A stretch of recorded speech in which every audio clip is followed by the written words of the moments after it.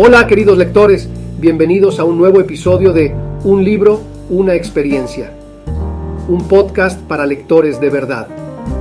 En esta ocasión deseo hablarles de un libro que para mí, sin lugar a dudas, ocupa un lugar importante por lo que a comprensión y disfrute de una obra literaria se refiere. Para orgullo de los lectores mexicanos, fue escrito por ese excepcional filólogo y gran conocedor de la lengua española que fue don Antonio Alatorre. Nacido en Jalisco en 1922 y fallecido en la Ciudad de México en 2010, don Antonio fue un erudito exquisito, de manera particular en lo relativo a la literatura barroca del siglo XVI, un filólogo refinado, además de un desenfadado ensayista. En este episodio quiero hablar un poco sobre su libro Ensayos sobre crítica literaria, publicado en su primera edición en 1993. Ese libro recoge algunos textos suyos publicados con anterioridad y contiene sus reflexiones alrededor de los propósitos de la crítica literaria, 2 o 3 polémicas sostenidas con uno que otro autor, unas cuantas consideraciones suyas sobre la obra y la figura de don Marcelino Menéndez Pelayo, el respetado y temido crítico español de finales del siglo XIX y principios del XX,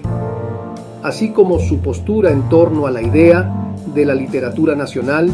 y el nacionalismo. Acerca de quién es un crítico literario,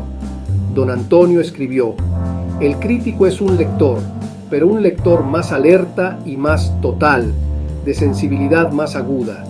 Las cualidades de recepción del lector corriente están como extremadas y exacerbadas en el lector especial que es el crítico, quien se da la oportunidad de leer ensayos sobre crítica literaria del notable maestro nacido en Jalisco, puede encontrar cuando avanza en su lectura la siguiente perla: el crítico genial es el que puede captar y dimensionar el mayor número posible de las infinitas dimensiones que hay en toda gran obra literaria, el que más se acerca a la intuición creadora del poeta en toda su riqueza y complejidad, agotándola en todos sus sentidos. Son abundantes los ejemplos que aporta don Antonio sobre la importancia de una crítica que destaque a las obras literarias que así lo merecen y que en su momento suelen ser desdeñadas por críticas parciales. Destacan, entre los ejemplos señalados por el maestro Alatorre, los trabajos de Amado Alonso sobre Residencia en la Tierra, de Neruda,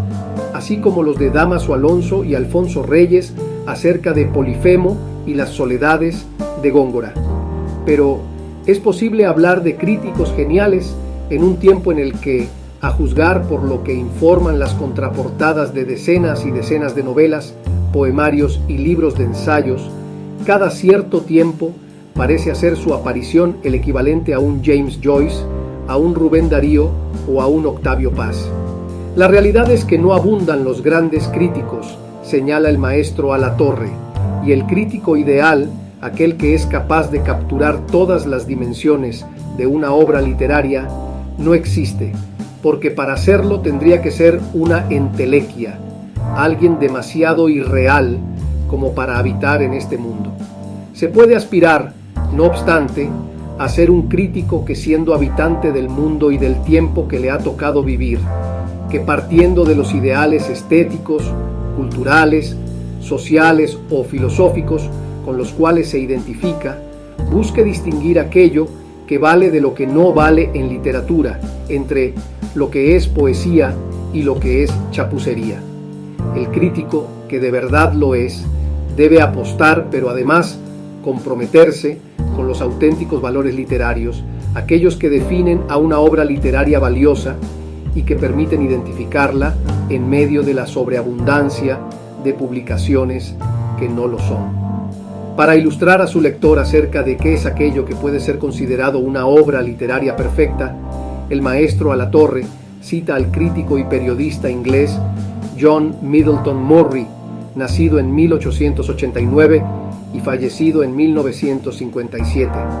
La obra literaria perfecta es aquella que combina el máximo de personalidad con el máximo de impersonalidad. Esto es, perfectos pueden ser la novela, el poemario o el libro de ensayos que, siendo productos de su tiempo, son capaces de dar cuenta excepcionalmente de ese tiempo por lo que transmiten al lector y por la forma personalísima en que lo transmiten. Los ejemplos que pone el maestro Alatorre de obras literarias que pueden ser consideradas perfectas son abundantes en el libro, van de un poema de Octavio Paz a las obras renovadoras de Flaubert, Quevedo, Unamuno, Borges, Joyce, entre otros. El crítico puede intentar llevar a cabo un estudio estilístico del máximo de personalidad manifiesto en la obra literaria y llegar al entendimiento del máximo de impersonalidad. En otras palabras, la comprensión del estilo original de un autor puede conducir a la comprensión de la época en la que la obra fue escrita. Profundizando un poco más en sus nociones sobre qué es la crítica literaria, en alguna parte del libro el maestro Alatorre apunta: la crítica es la formulación de la experiencia del lector. Y pocas páginas después,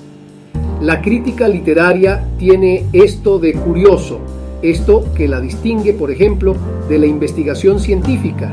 que en ella se identifican sujeto y objeto, mientras que en la investigación científica sujeto y objeto están separados. Don Antonio se ocupa también en su libro de defender a la crítica literaria tradicional y de fustigar elegantemente a lo que él llama crítica neoacadémica. Lo hace como el erudito refinado y gracioso que era, dando ejemplos sacados de la literatura del siglo de oro. Cita a Sor Juana, a propósito de la risa que provocan ciertas torpezas disfrazadas de pericia. Una herejía contra el arte no la castiga el santo oficio, sino los discretos con risa y los críticos con censura. Se refiere a las chambonerías en el quehacer literario. Se ríe, así, de los análisis sesudos y académicos en torno a clásicos como Cervantes y Lope de Vega, en tanto que defiende la crítica impresionista que se deja seducir y enriquecer por la obra literaria. Frente a los neoacadémicos, Alatorre prefiere a críticos y grandes maestros como Raimundo Lida, Juan José Arreola, Tomás Segovia, Alfonso Reyes, Dámaso Alonso y Leo Spitzer.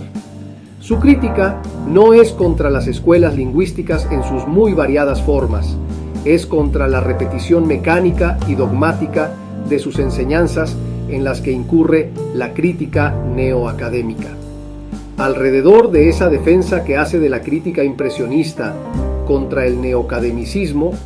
el maestro Alatorre se permite incluir en el libro un par de polémicas.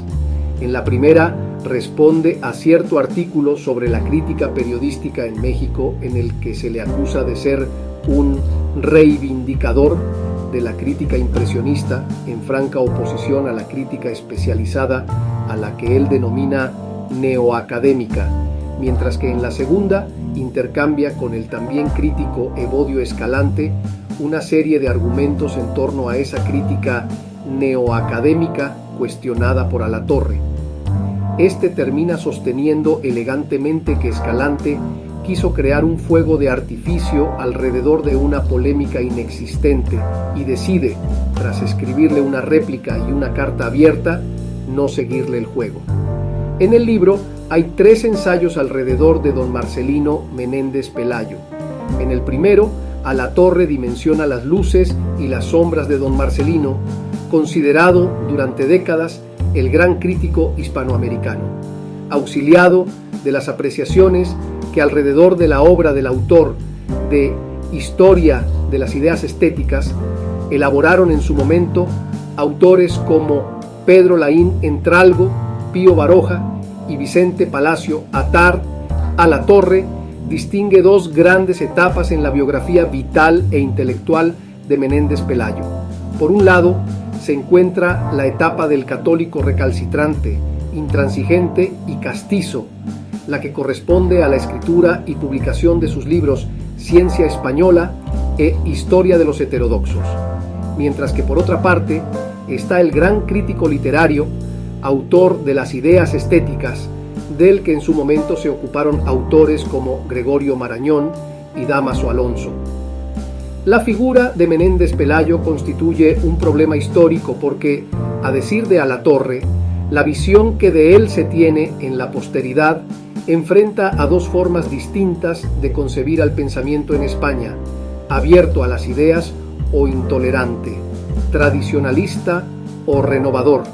Menéndez Pelayo fue capaz de desdecirse de muchas de sus apreciaciones como crítico literario, no así de hacerlo contundentemente de sus juicios como pensador o como historiador. De eso habla Dámaso Alonso en un estudio al respecto cuando se refiere a Las Palinodias de don Marcelino, mencionado por Alatorre. En una segunda parte de este podcast dedicado a ensayos sobre crítica literaria de don Antonio Alatorre, continuaré hablando de los textos que en el libro se incluyen sobre don Marcelino Menéndez Pelayo y acerca de lo que en torno a la llamada literatura nacional y el nacionalismo mexicano incluyó en ese volumen el autor de Los 1001 años de la lengua española. Te invito, por lo pronto, a seguir este podcast en Spotify y en YouTube y a suscribirte al boletín de mi blog franciscopairó.com para recibir en tu correo contenido diverso sobre libros, autores y publicaciones en la era digital del siglo XXI. Hasta pronto.